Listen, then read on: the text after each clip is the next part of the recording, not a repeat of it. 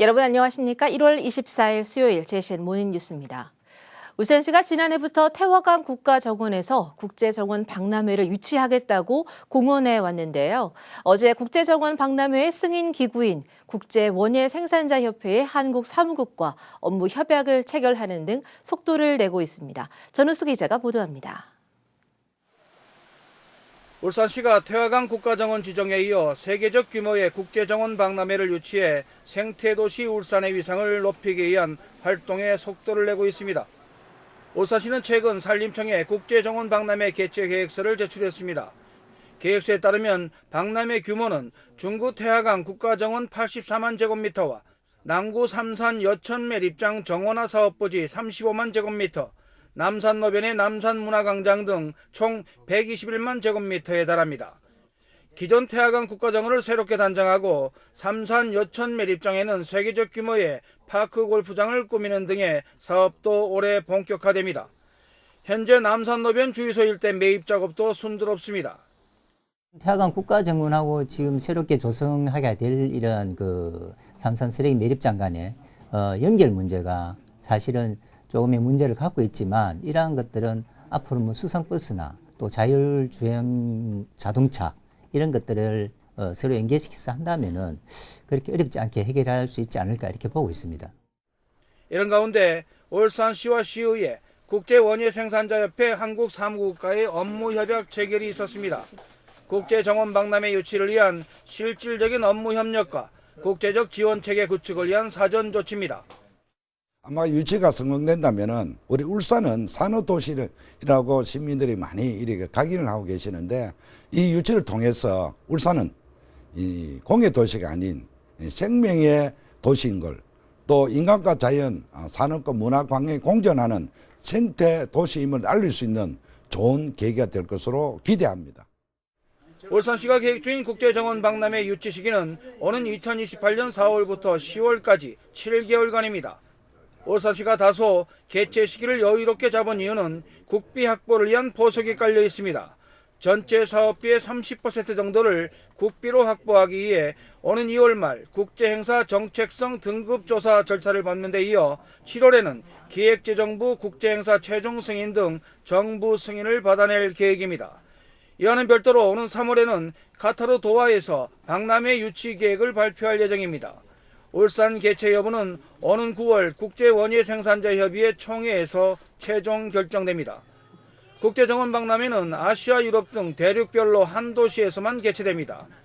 현재까지 아시아에선 울산시외에 유치 의사를 표명한 곳이 없어 경쟁 상대는 없는 상황입니다. 울산시는 국제정원 박람회 유치를 통해 관람객 1,300만 명 유치와 생산 유발 3조 550억 원, 부가가치 1조 5,415억 원, 취업 유발 24,200여 명 등의 경제 효과를 기대하고 있습니다.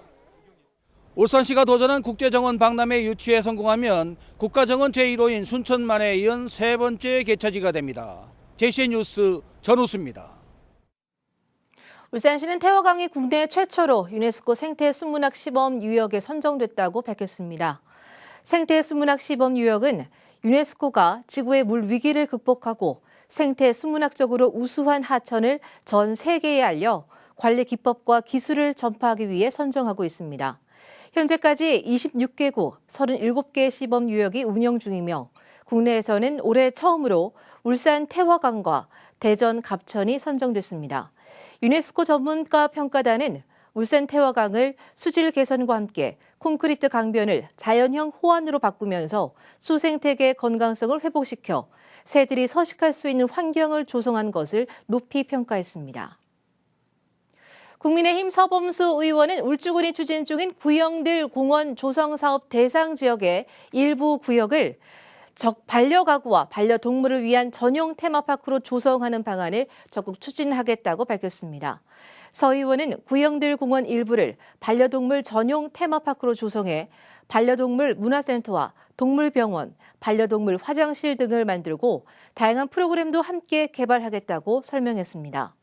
구영들 공원은 울주군 범섭 구영리 일대 22만 제곱미터를 수변 공원으로 조성하는 대규모 도시계획 사업으로 수변 관광과 담수욕장, 전망대, 시민 잔디밭 등 다양한 시설을 계획하고 있습니다. 총선이 다가오면서 총선 예비 후보들의 공약 발표가 어제도 시의회 프레스센터에서 이어졌습니다. 울주군 총선에 나선 국민의힘 장능인 예비 후보는 1호 공약으로 미국 스탠포드급 대학 분교를 유치해 미국 실리콘밸리처럼 혁신적인 벤처기업들이 만들어져 활력이 넘치는 도시로 거듭나게 하겠다고 말했습니다. 동구 총선에 나선 더불어민주당 김태선 예비 후보는 1호 공약으로 동구민의 시내 접근성을 높일 수 있도록 태화강역 순환버스 확충과 아산로 신호체계 개편을 제시하고 울산 도시 내부 순환도로 변경안을 제안했습니다. 전 울산시의원 출신인 더불어민주당 소속의 백운찬 총선 예비 후보가 어제 시의회 프레스센터에서 기자회견을 갖고 북구 총선 출마를 공식 선언했습니다. 백 예비 후보는 오랫동안 꿈꾸며 준비해온 사람 중심 기본도시 북구를 완성하고 기본이 바로 선 울산과 대한민국을 만들어 나가겠다고 출마의 각오를 밝혔습니다. 현재 북구 총선에는 더불어민주당 소속으로 백운찬 예비 후보 외에 박병석 전 시의회 의장, 이동권 전 북구청장이 예비 후보로 등록한 상태며 이상헌 현 의원이 가세할 경우 당내 경합자만 4명이 됩니다. 올해 울산 지역 수출은 지난해보다 소폭 상승한 892억 달러에 달할 것으로 전망됐습니다. 한국무역협회 울산지역본부가 발표한 2023년 울산 수출입 평가와 2024년 수출 전망에 따르면 지난해 울산 수출은 전년 대비 3% 감소한 874억 달러를 기록했으며 올해 수출은 지난해보다 2.1% 증가한 892억 달러에 달할 것으로 전망됐습니다. 지난해 울산의 수입은 최대 수입 품목인 원유의 수입 물량과 단가 하락으로 전년 대비 13.6% 감소한 451억 달러를 기록해 무역 흑자가 423억 달러에 달했습니다. 이는 2013년 10월 이후 122개월 연속 흑자 행진입니다. 도시가스가 보급되면서 목욕탕 굴뚝은 더 이상 쓰이지 않지만 아직까지도 울산 지역 곳곳에 우뚝 솟아 있는데요. 철거 비용 문제 때문에 그대로 방치돼 있는 건데 지진 등으로 인한 붕괴 우려가 있어 대책 마련이 필요해 보입니다. 박영훈 기자가 보도합니다.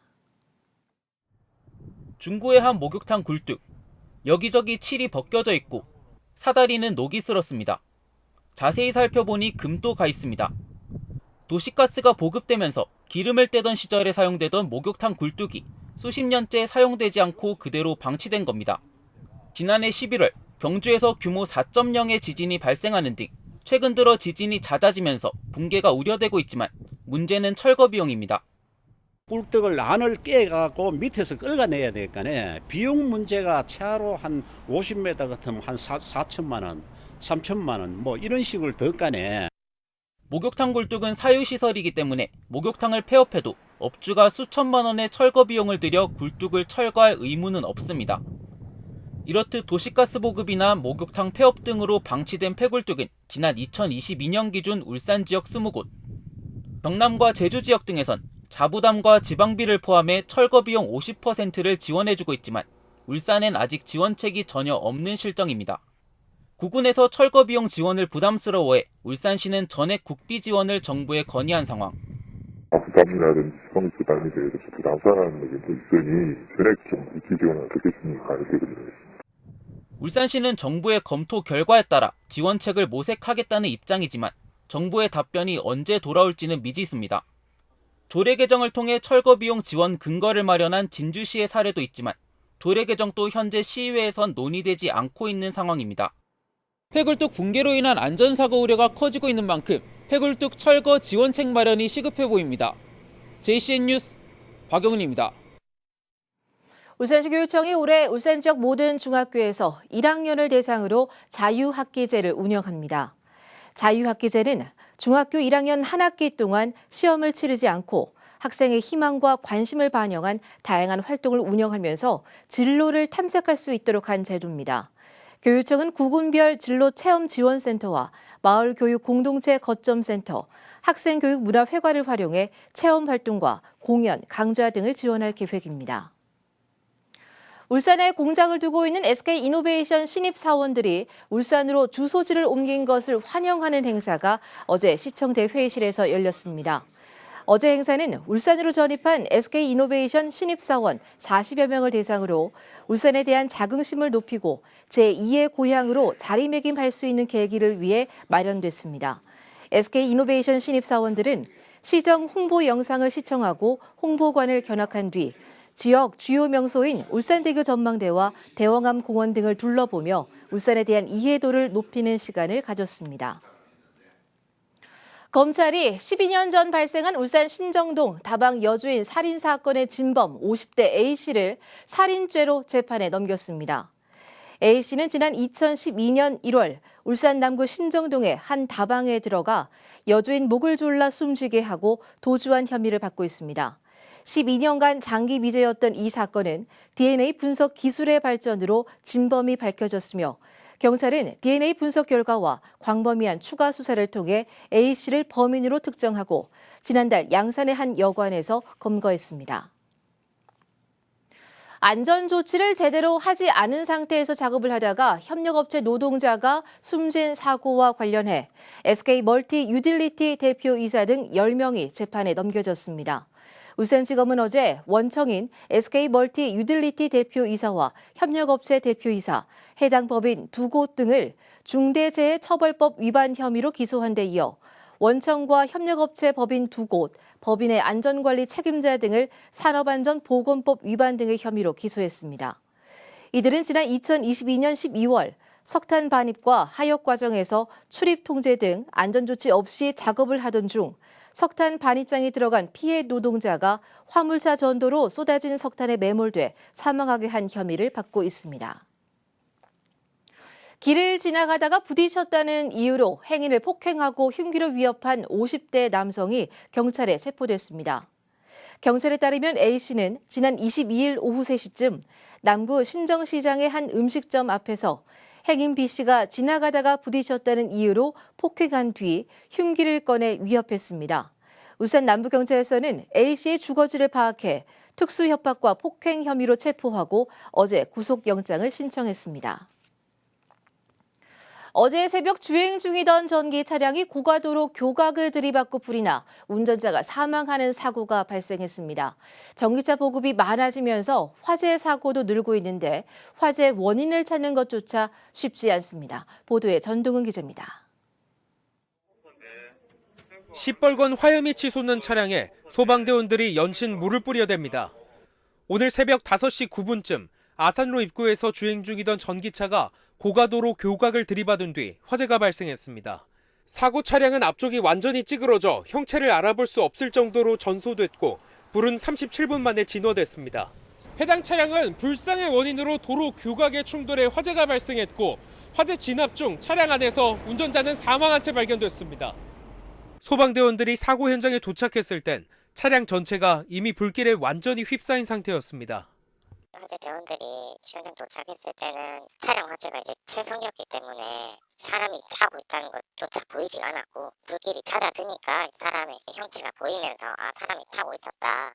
운전자는 50대 남성으로 출근길에 사고가 난 걸로 알려졌습니다. 사고 차량은 추가 화재 발생을 막기 위해 수조로 옮겨졌고 경찰은 화재 원인과 사고 당시 운전자가 탈출을 하지 못한 이유 등을 조사하고 있습니다. 지지를 모르는 것도 아니고 매일 가는 출근길인데 부주의를 사는지 그에 대해서는 지금 조사를 하고 있는데 문이 안 열리가 못 나오는 건지 사고 나서 기절해가 못 나오는지 조사를 하고 있죠. 다만 차량 훼손이 심해 정확한 사고 원인을 찾기가 쉽지 않을 걸로 보입니다. JCN 뉴스 전동훈입니다. 남구청이 인구 감소에 대처하기 위해 올해 인구 정책을 수립하고 본격적인 추진에 들어갑니다. 남구청은 이번 사업에서 총 예산 2,189억 원을 투입해 저출산 분야와 고령사회 대응 등 총 4대 분야 12개 중점 과제 74개 사업을 추진합니다. 이 사업은 전국적인 저출산과 고령화 시대 속에 울산도 2013년을 정점으로 인구 감소세가 심각해지자 인구 위기에 대한 해법을 마련하기 위해 시작됐습니다. 건설공사 부실 시공과 안전사고 예방을 위한 건설공사 안전관리 분야 회의가 어제 시청 별관 회의실에서 열렸습니다. 어제 회의에는 구군 안전관리 분야 관계자들이 참가한 가운데 부실 시공과 안전사고 예방, 민간 건축공사장과 소규모 노후 건축물의 안전 점검 등에 대한 구체적인 사례와 사고 예방 방법 등에 대해 논의했습니다. 울산시는 이번 회의를 계기로 구군과 합동 점검반을 편성하는 등 협조 체계 구축을 통해 건설공사 부실 시공 여부와 안전관리 계획 등에 집중 점검하기로 했습니다. 울주군이 생계형 체납자를 위해 맞춤 차량 공매를 추진합니다. 맞춤 차량 공매는 소득 인정액을 초과한 압류 자동차 때문에 기초수급 등의 혜택을 받지 못하는 생계형 체납자들을 위한 것으로 울주군은 실효성 없는 압류 차량 공매 처분을 통해 경제적으로 회생할 수 있도록 지원할 계획입니다. 울산시가 추진 중인 방어동과 양정동 청년 희망주택 설계 공모 최종 당선작으로 MPT 종합건축사 사무소와 웨이브 건축사 사무소 응모작이 선정됐습니다. 이번에 선정된 작품은 프라이버시를 고려해 현관 개방 시 침실 공간이 직접 보이지 않도록 설계됐으며 전 세대를 남향으로 배치해 환기와 채광, 일조를 극대화했다는 평가를 받았습니다. 울산시는 청년 희망주택의 설계 공모 당선작이 선정됨에 따라 오는 2026년 5월까지 123억 원의 예산을 들여 동구 방어동에 지하 1층, 지상 5층 규모의 청년 희망주택 36호를 또 북구 양정동에 지상 5층의 규모의 청년 희망주택 18호를 공급할 계획입니다. JCN 모닝뉴스를 마칩니다. 함께해 주신 여러분 고맙습니다.